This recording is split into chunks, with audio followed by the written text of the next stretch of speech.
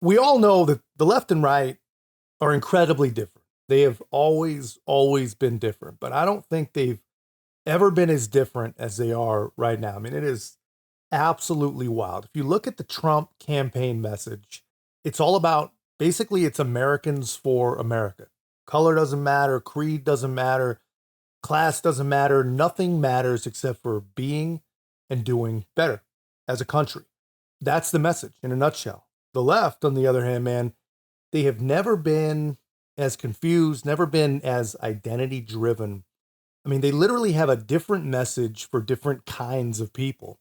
And it's getting kind of creepy, man, kind of strange to watch. I mean, Democrats, they somehow are simultaneously the party of the billionaires, the tech billionaires especially, while at the same time, they're the party of the handout craving, Jew hating progressives that literally want to abolish billionaires. I mean, I don't see how that's sustainable. And actually, I don't think that it is, right? When Donald Trump is raising millions and millions of dollars from tech billionaires in San Francisco, something is dramatically wrong with the left's machinery, which, of course, the media has got to fix. It falls on them to fix it, or at least that's what they seem to believe.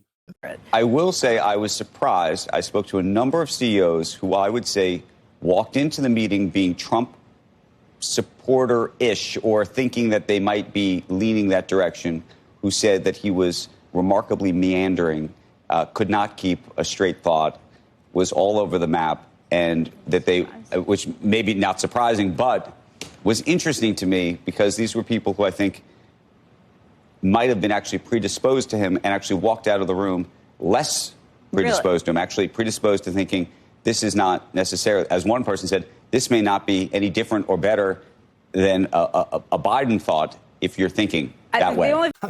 Just think about what we're really seeing here. I mean, even when it comes to Donald Trump raising millions and millions of dollars from Silicon Valley tech billionaires, still, the angle the media takes is that Donald Trump is senile, he's old, he's no better than Joe Biden. I mean, just think about who these people are. More importantly, think about how stupid they believe their viewers are. I mean, they ignore videos of Joe essentially looking like he's crapping his pants in France, but they're the first people to tell you, breaking news, Donald Trump farts in court. I mean, it's crazy. It's impossible to believe, man. I mean, this guy says, they gave $12 million to Donald Trump, but they weren't impressed. And that's copium. That is called copium. That is all that is. But thankfully, there's some people that were actually there that are not going to let these puppets get away with the same old garbage.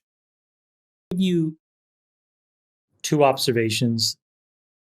The first is that I think that there is a huge gap between how the media tries to portray Donald Trump and what he's like when you meet him in person. And that gap is really wide.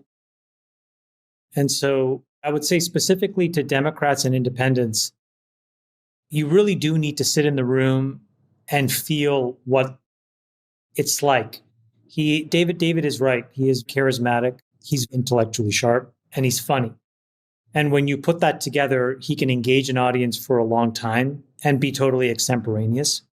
The other thing I would say that he is very polite and he's kind in a way that was disarming and was not what I expected. And so I felt that I had misjudged him many years in the past.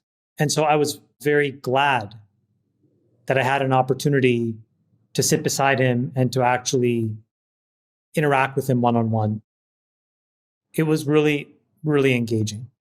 Low regulation, low taxation. And so when you put that together, it does stand very much in contrast with what the alternative is. And so I think that both of those things are a reason why, even if you aren't willing to vote for him, I would encourage everybody to experience what it's like to hear him. I mean, it's awesome stuff. I mean, it's actually pretty nice to see, right?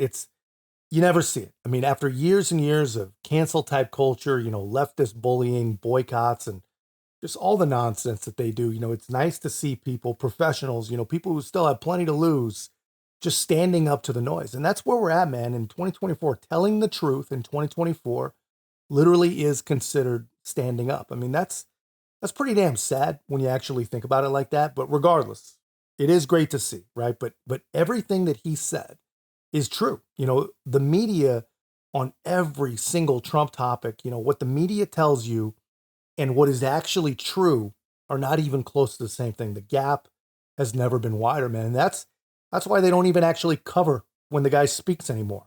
We do not intend to carry these remarks live. As we have said before in these circumstances, there is a cost to us as a news organization to knowingly broadcast untrue things. We are here to bring you the news. It hurts our ability to do that if we live broadcast what we fully expect in advance to be a litany of lies and false accusations, no matter who says them. And I do not say this with any glee. I hope it is clear that this is not a glib decision. We take our responsibilities seriously. We revisit decisions like this all the time. We make the best call that we can in real time, every time. Yeah, so we won't knowingly broadcast untrue things, says Rachel freaking Maddow. We're going to watch it for ourselves, and we'll decide what's true and what isn't. And we'll also decide if any of the true things are said, we're going to decide what they actually mean. So just sit back. You just worry about doing the job that Joe provided for you, and we're going to do the thinking for you. That is essentially the media position on anything Donald Trump.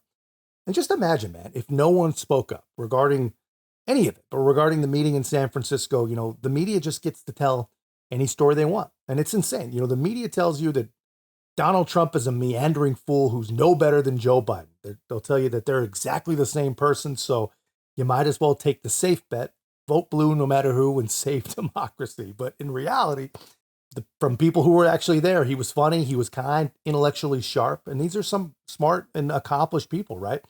And here's the interesting thing. They're legitimately surprised in meeting Donald Trump because they bought into the decade of orange man bad propaganda. But everyone's had enough. They've had enough. Every single person has had enough. And I think things are going to get pretty interesting, man, for sure. But that's just my take, guys. Let me know your thoughts in the comments. If you haven't already, be a part of our growth. Make sure to like, comment, subscribe. Most importantly, share the channel. I'll see you in the next one.